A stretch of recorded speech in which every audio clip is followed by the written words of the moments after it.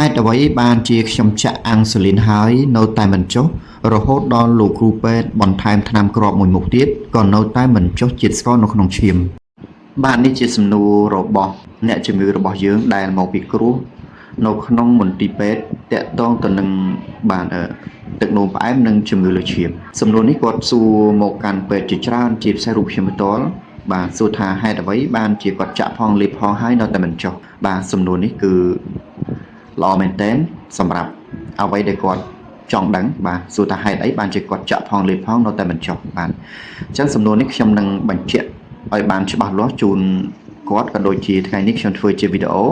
បាទចែកជូនទៅដល់បងប្អូនទាំងអស់គ្នាអ្នកដែលមានបញ្ហាដូចពួកគាត់ទាំងអស់គ្នាដែរបាទអញ្ចឹងសម្រាប់ការចាក់អាំងស៊ូលីនហើយលេបថ្នាំហើយហេតុអ្វីនៅតែមិនចុះបាទអញ្ចឹងខ្ញុំមាន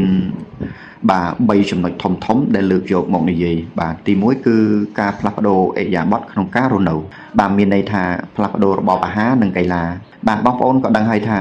តកតងរឿងទឹកនោមផ្អែមគឺយើងចាំបាច់ត្រូវតែលើកយកនៅរបបអាហារក៏ដូចជាកីឡានេះមកនិយាយប៉ុន្តែសំណួរខាងដើមនេះគឺខ្ញុំបានសួរថាតើគាត់បានតបានអីខ្លះហើយធ្វើអីខ្លះហើយអញ្ចឹងគាត់រៀបរាប់មួយកំភ្លុះធំបាទអញ្ចឹងឃើញថាកីឡារបស់គាត់ក៏គ្រប់គ្រាន់ការការកាត់បន្ថយប្រៃផ្អែមខ្លាញ់ហ្នឹងគឺបានល្អប្រកបប៉ុន្តែអ្វីដែលគួរកត់សម្គាល់នោះនៅត្រង់ថាគាត់ហូបបាយច្រើនបាទមានន័យថាគាត់ហូបបាយច្រើនគាត់អត់បធូរបាយទេអញ្ចឹងគាត់ថាគាត់ហូបបាយច្រើនកន្លែងនេះហើយដែលជាអាចកំបាំងមួយដែលបងប្អូនទាំងអស់គ្នាត្រូវតែចាំទុកព្រោះថាបាយវាជាតិកាបូអ៊ីដ្រាតហើយកាបូអ៊ីដ្រាតនេះហើយដែលធ្វើឲ្យជាតិស្កររបស់យើងឡើងខ្លាំងមែនទែន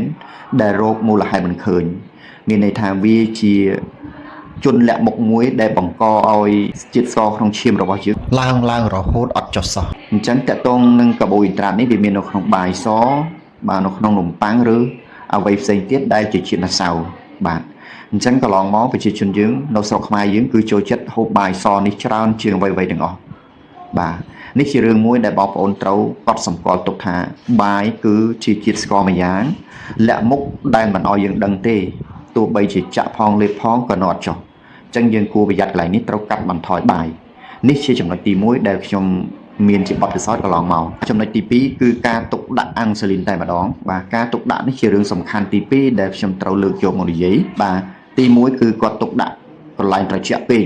សួរគាត់ទៅគាត់ដាក់ក្នុងប្រអប់ហើយគាត់យកទៅទុកកន្លែងទូក្លាសេកន្លែងកកអញ្ចឹងកន្លែងកកហ្នឹងហើយក៏ជារឿងមួយដែលធ្វើឲ្យអាំងស៊ូលីននេះវាអត់សូវមានដំណើរការដែរ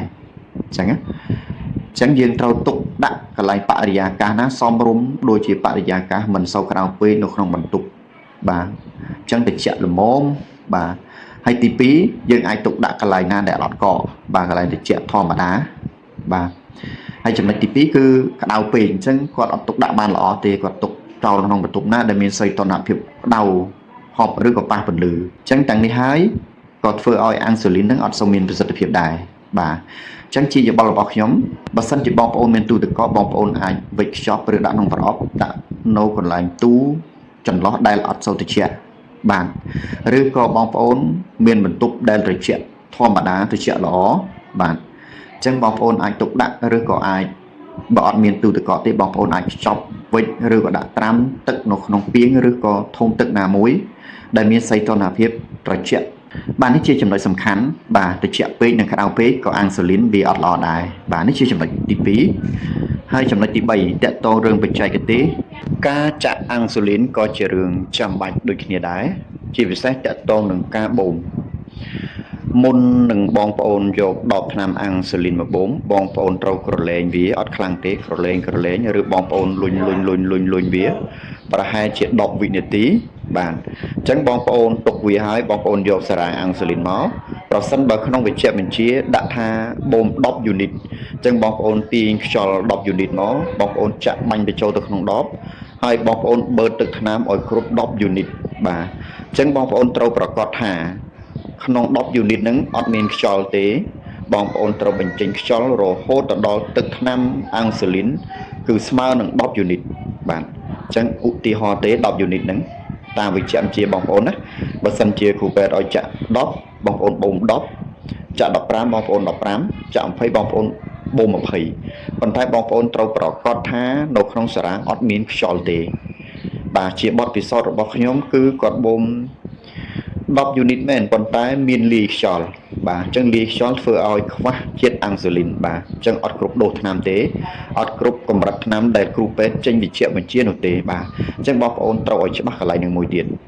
ទី2គឺតកតងនឹងការចាក់បាទអញ្ចឹងបងប្អូនត្រូវកំណត់ទីតាំងចាក់នៅតំបន់ពុះឲ្យបានសមស្របបើសិនជាបងប្អូនចាក់ច្រំដែលក៏វាអាចជះឥទ្ធិពលដល់ការស្រោបបឺតរបស់ជាតិថ្នាំអាំងស៊ូលីនក៏អត់សូវបានល្អដែរដូច្នេះបងប្អូនត្រូវកំណត់ចាក់កន្លែងណាដែលថ្មីអញ្ចឹងបងប្អូនក្នុងពុះតំបន់ពុះបងប្អូនអាចចាក់វិលជុំអញ្ចឹងមកអញ្ចឹងបងប្អូនកុំចាក់ដដែលបាទជារឿងមួយដែលធ្វើឲ្យការស្រោបបឺតរបស់ថ្នាំអាំងស៊ូលីននឹងវាអត់បានល្អបាទអញ្ចឹងទី2បងប្អូនកំណត់ទីតាំងចាក់រួចហើយបងប្អូនត្រូវធ្វើការចាក់ឲ្យបានសមស្របបាទអញ្ចឹងបងប្អូនចាក់តាមធម្មតាដែលបងប្អូនបានចាក់អញ្ចឹងបងប្អូនអត់ត្រូវពេលដែលបងប្អូនចាក់ហើយបងប្អូនអត់ត្រូវដកសារ៉ាំងចេញភ្លាមទេបាទបងប្អូនត្រូវតែរាប់1 2 3 4 5 6 7 8 9 10អញ្ចឹងទៅបងប្អូនទុក10វិនាទីហ្នឹងសិមបងប្អូនដកសារ៉ាំងចេញធ្វើដូចនេះជៀសវាងការដែលពេលដែលចាក់ឲ្យបងប្អូនដកភ្លាមវាអាចដែលជាតិថ្នាំអាំងស៊ូលីនវាត្រឡប់មកវិញវាហ៊ាននៅលើស្បែកបងប្អូនណាកន្លែងហ្នឹងសំខាន់ណាស់ហើយបងប្អូនមួយចំនួនដែលយកទៅចាក់ខ្លួនឯងហ្នឹងគឺបាទគាត់អត់បានប្រុងប្រយ័ត្ននៅកន្លែងហ្នឹងទេគាត់ចាក់ភ្លឹបបាញ់ហើយក៏ដកវិញឆ្វាច់ដល់ពេលឆ្វាច់ថ្នាំវាចេញមកបាទហើយគាត់យកសម្លេងអាកុលទៅសកត់ភ្លឹបបាទអញ្ចឹងកន្លែងហ្នឹងជារឿងខុសឆ្គងមួយដែលយើងត្រូវគិតទាំងអស់គ្នាបាទចាក់ហើយបងប្អូនអត់ទាន់ដកទេបងប្អូនទុកវា10វិនាទីសិនបាទបងប្អូនដករួចហើយអត់យកសម្លេងអាកុលទៅសង្កត់ពីលើមុខនឹងទេកាលណាសង្កត់វាអាចជ្រាបជាថ្នាំ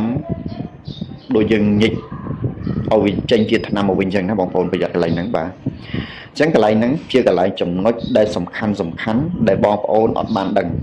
បាទអត់បានយល់អានតែចាក់ហើយអញ្ចឹងអត់បានពិនិត្យមើលថាថ្នាំវាចេញវាជ្រាបតាម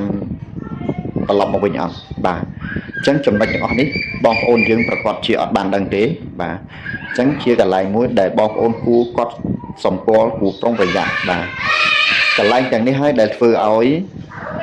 ការចាក់អាំងស៊ូលីនអត់មានប្រសិទ្ធភាពឬក៏អត់បានជោគជ័យដែលធ្វើឲ្យជាតិស្កររបស់បងប្អូនចុះមកធម្មតាបាទអញ្ចឹង3ចំណុចនេះបងប្អូនចាំច្បាស់ហើយអញ្ចឹងបងប្អូន